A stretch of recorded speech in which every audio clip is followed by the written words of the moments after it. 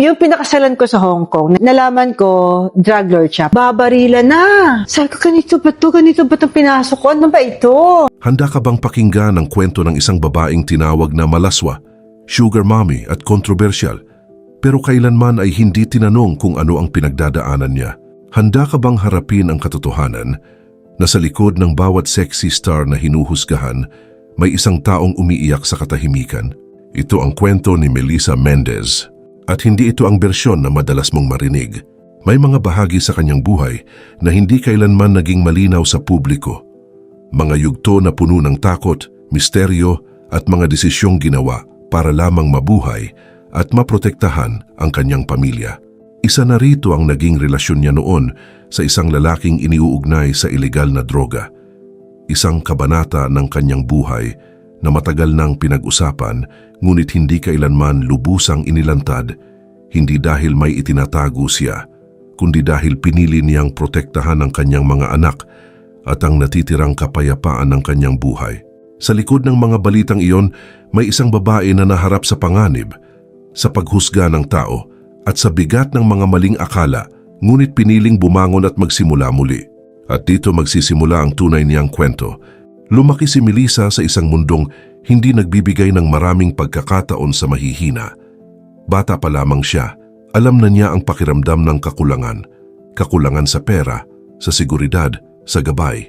Habang ang ibang kabataan ay abala sa pangarap at eskwela, siya ay abala sa pag-iisip kung paano makakatulong sa pamilya. Kaya nang dumating ang oportunidad sa telebisyon, hindi niya ito tiningnan bilang simpleng pangarap, kundi bilang lifeline. Sa seryeng Analyza, unang nasilayan ng publiko ang kanyang talento. Isang batang may natural na galing sa pag-arte, may emosyon sa bawat linya, at may presensyang hindi matatawaran. Ngunit ang mundo ng showbiz ay hindi lamang tungkol sa talento, ito ay tungkol din sa imahe. At ang imahe ni Melissa unti-unting binago. May mga desisyong hindi niya gustong gawin, pero kinailangan. May mga papel na tinanggap niya hindi dahil iyon ang gusto niya, kundi dahil iyon ang kailangan para magpatuloy ang trabaho, para may pagkain sa mesa, para may panggamot kapag may nagkakasakit sa pamilya. At sa bawat kompromiso, may bahagi sa kanyang sarili ang naiiwan. Pero bago po ang lahat, baka pwedeng palike muna ang video na ito. Isang simpleng click lang, pero malaking tulong yan sa aming mga content creators para makagawa pa ng mga kwentong gaya nito. Maraming salamat po. Mula sa inosenteng dalaga, naging simbolo siya ng pagnanasa sa mata ng publiko. Sa harap ng kamera, pinapalakpakan. Sa likod nito, hinuhusgahan. Ang mga taong bumibili ng tiket para panoorin siya ay siya ring mga taong handang batikusin siya kinabukasan. Ang industriya na nagbigay sa kanya ng pangalan ay siya ring industriya na unti-unting kumain sa kanyang pagkatao. May mga gabi na tahimik siyang umiiyak. May mga umaga nagigising siya na mabigat ang dibdib, pero kailangan niyang ngumiti.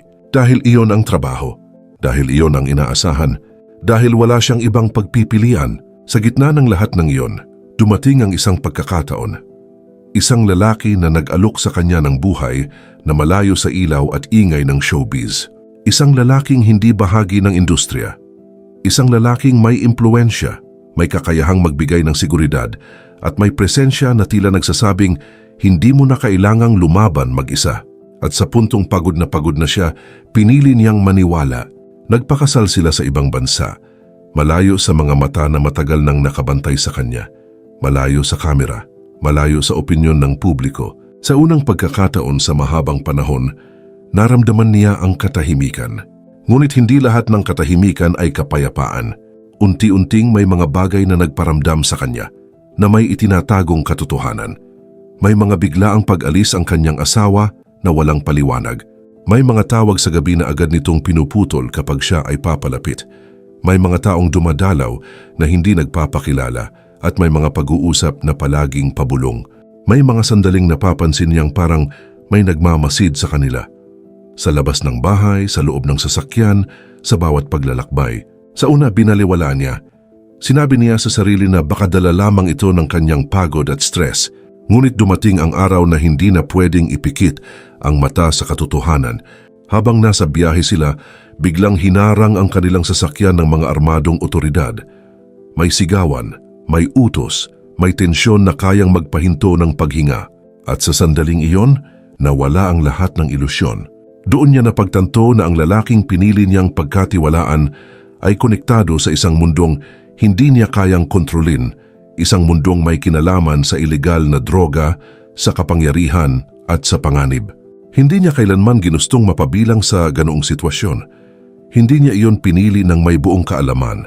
Ngunit naroon na siya at kailangan niyang gumawa ng desisyon. Nalaman ko, drug lord siya. Paano ko nalaman? Paano mo nalaman? Ganito. Papunta kami ng hospital kasi nakakonfine yung panganay kong anak doon. Nagulat ako sa Espanya, bumaba sa parang owner jeep, may daladalang mahaba. Tapos sa kabila, may daladalang baril. May kumakatok sa kotse namin. Tinatawag yung pangalan niya. Buksan tong pinto. Bakit? Anong gagawin niyo? Sabi ko, sino kayo? Ano kailangan niyo sa asawa ko? Madam, alam po namin wala kayong alam. Pero ang asawa po ninyo ay drug lord. Kita sa isang gas station. Diyan sa may Pasig. Tapos maya-maya, hinabol. Ang bilis ng takbo ng sasakyan namin. Takot ako. Sabi ko, Diyos ko, ayoko pa mamatay. Nagbabarilan na. Sabi ko, ganito ba itong pinasok ko? Ano ba ito?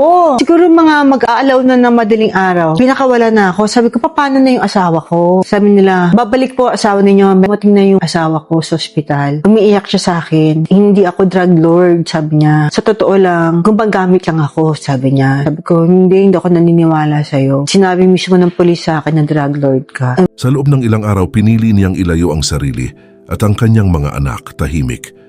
Walang eksena, walang press conference. Hindi siya nagbigay ng buong detalye. Hindi niya isiniwalat ang lahat ng alam niya, hindi dahil wala siyang masasabi, kundi dahil pinili niyang protektahan ang kanyang mga anak at ang sarili niyang buhay. Dahil may mga katotohanan na kapag inilantad, maaring magdulot ng mas malaking panganib. Ngunit ang katahimikan, hindi pumigil sa husga ng tao.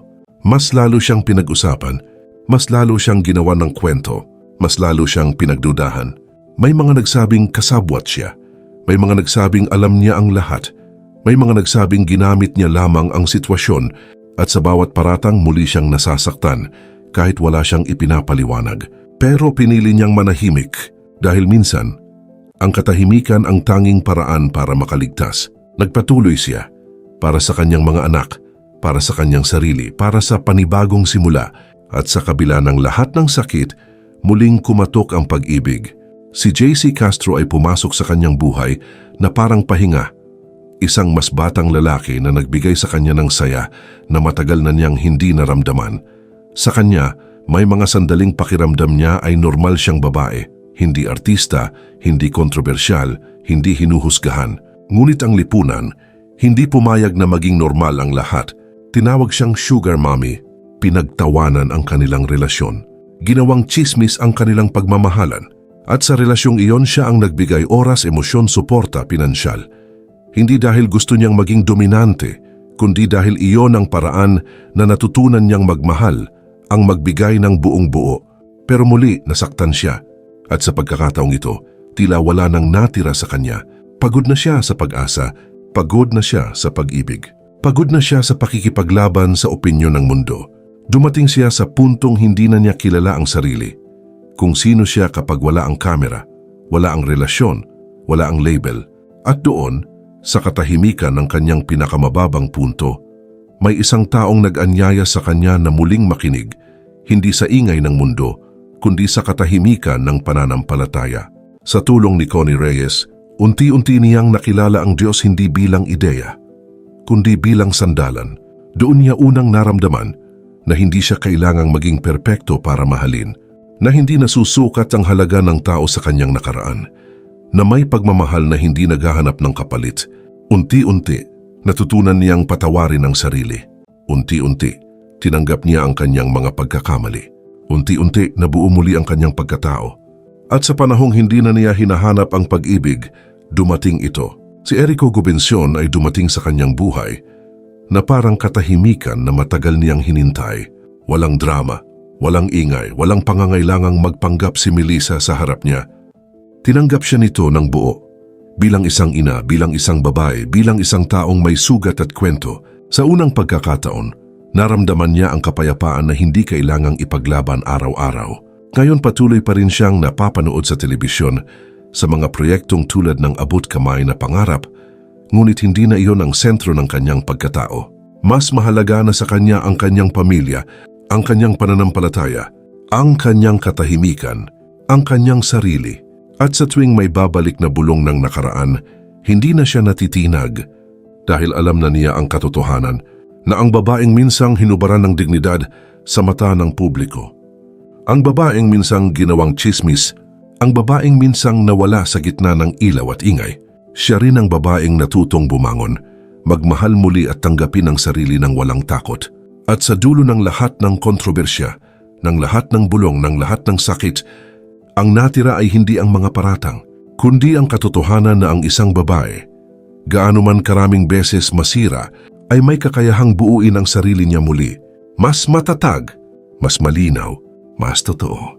At sa wakas, malaya na.